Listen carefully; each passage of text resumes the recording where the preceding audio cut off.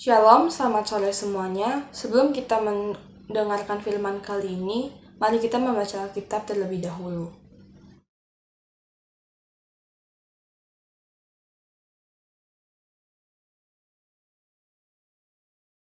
Kemudian Yesus naik ke perahu untuk menyeberang, lalu tiba di kotanya sendiri. Maka mereka membawa kepadanya seorang lumpuh yang terbaring di tempat tidurnya.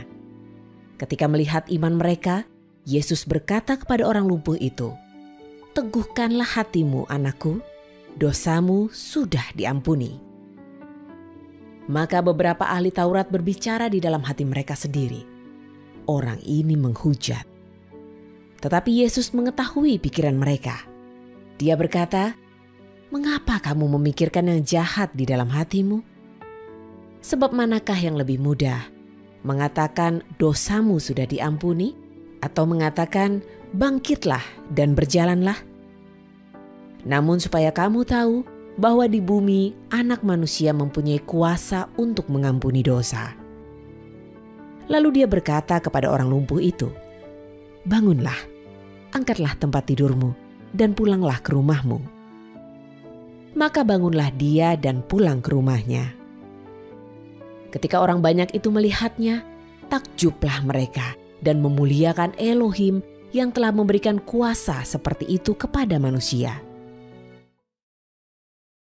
Dalam perikop ini mengajarkan kita bahwa mukjizat Tuhan itu nyata jika kita percaya dan imani. Tuhan mau menunjukkan bahwa Tuhan bekerja bukan hanya melalui dosa, tetapi melalui mukjizatnya juga. Seperti ada tertulis dalam Matius 9 ayat yang ke-29. Jadilah kepadamu menurut imanmu.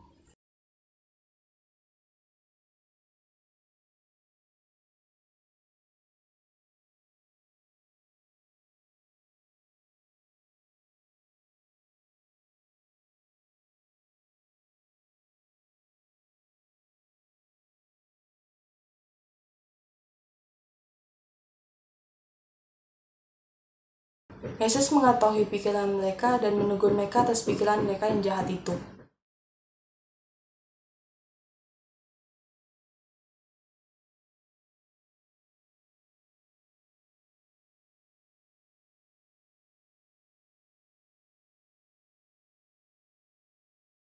Dalam Matius yang ke-9, ayat yang ke-9 sampai ke-13 mengajarkan kita bahwa keselamatan hanya datang dari Tuhan.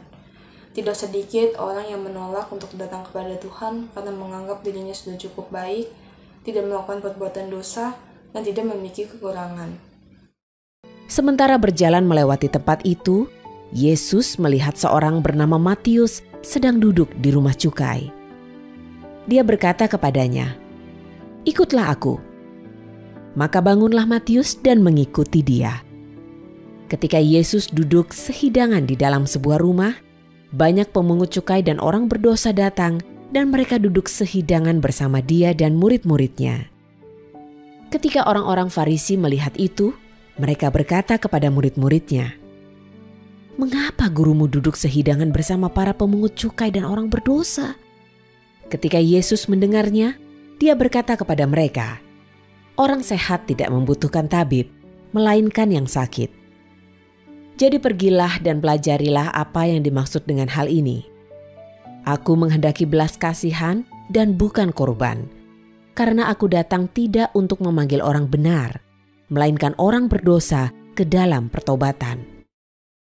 Ketika orang Farisi melihat Tuhan Yesus makan bersama dengan pemungut cukai dan orang berdosa, mereka menunjukkan ketidaksukaannya dengan berkata, "Mengapa gurumu makan bersama pemungut cukai dan orang berdosa?" Mungkin ada beberapa dari kita yang mudah melihat kelemahan dan kekurangan orang lain. Ada tertulis dalam Lukas 6 ayat yang ke-37. "Janganlah kamu menghakimi, maka kamu pun tidak akan dihakimi. Dan janganlah kamu menghukum, maka kamu pun tidak akan dihukum. Ampunilah dan kamu akan diampuni."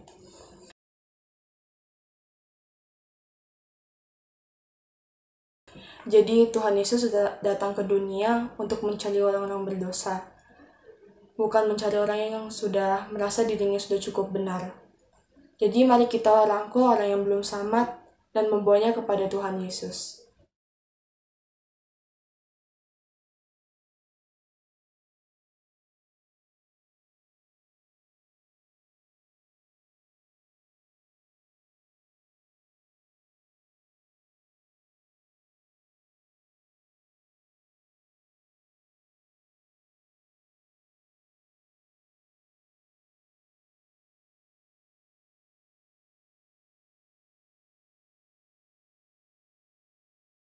Kemudian murid-murid Yohanes mendekat kepadanya dan berkata, "Mengapa kami dan orang-orang Farisi banyak berpuasa, sedangkan murid-murid-mu tidak?" Yesus berkata kepada mereka, "Tidaklah mungkin para pengiring mempelai berduka cita selama mempelai pria berada bersama mereka. Namun harinya akan tiba ketika mempelai pria telah diambil dari mereka, dan pada waktu itulah mereka akan berpuasa." Murid Yohanes dan orang Farisi merasa sudah melakukan puasa dengan baik. Ketika mereka melihat murid Yesus tidak berpuasa, maka mereka menegur dan berkata, "Kami dan orang Farisi sudah berpuasa, mengapa muridmu tidak?" Dalam hal ini, Yesus menekankan bahwa orang berpuasa untuk mendekatkan diri dengan Tuhan lebih dekat. Dan dalam perikop ini juga mengajarkan kita untuk menjalankan puasa dengan hati yang tulus, sukacita, dan apapun yang kita lakukan berkenan dan memuliakan kepada Tuhan.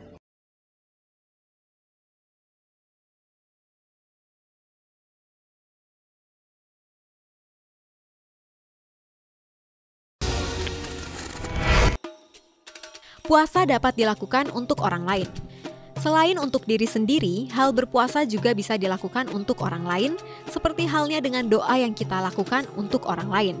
Contoh puasa seperti ini adalah Ezra yang berkabung dengan berpuasa untuk orang-orang Israel yang tidak setia. Ezra 10 ayat 6. Lalu ada juga Nehemia yang berpuasa ketika mendengar kabar tentang saudara-saudaranya yang berada dalam kesukaran di Yehuda dan tentang tembok Yerusalem yang terbongkar.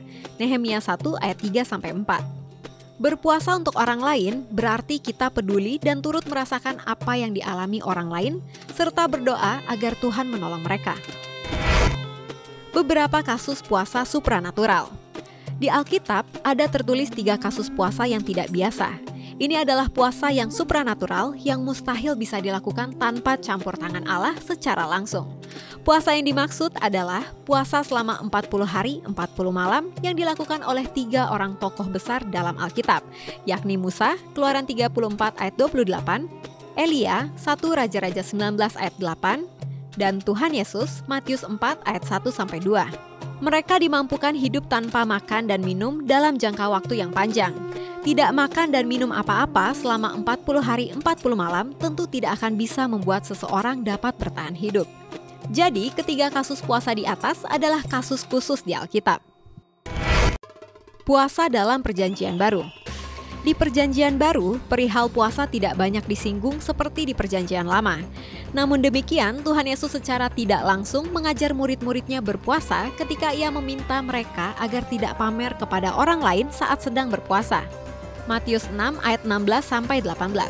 Tuhan Yesus juga mengatakan bahwa murid-muridnya kelak akan berpuasa ketika Ia sudah naik ke sorga. Matius 9 ayat 14-17. Alkitab tidak memerintahkan orang-orang Kristen untuk berpuasa. Puasa bukanlah sesuatu yang dituntut atau diminta Allah dari orang Kristen. Pada saat bersamaan, Alkitab memperkenalkan puasa itu sebagai sesuatu yang baik, berguna, dan perlu dilakukan. Kitab Kisah Para Rasul mencatat tentang kisah orang percaya yang berpuasa sebelum mereka mengambil keputusan-keputusan penting. Kisah Para Rasul 13 ayat 2-3, Kisah Para Rasul 14 ayat 23. Puasa perlu dibatasi waktunya, khususnya puasa yang terkait makanan. Apapun yang dapat kita tinggalkan untuk sementara demi memusatkan perhatian pada Allah dengan cara yang lebih baik, maka hal itu sudah dapat dianggap sebagai puasa.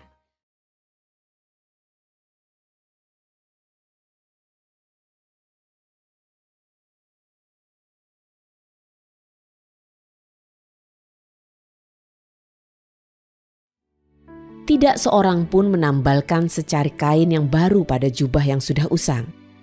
Karena tambalan itu akan mencabik jubah itu dan koyaknya menjadi semakin besar.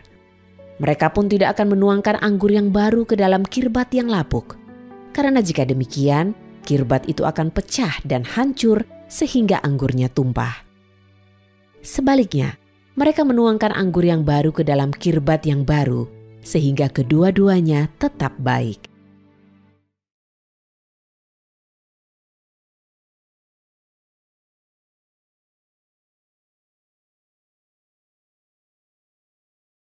Sekian, terima kasih.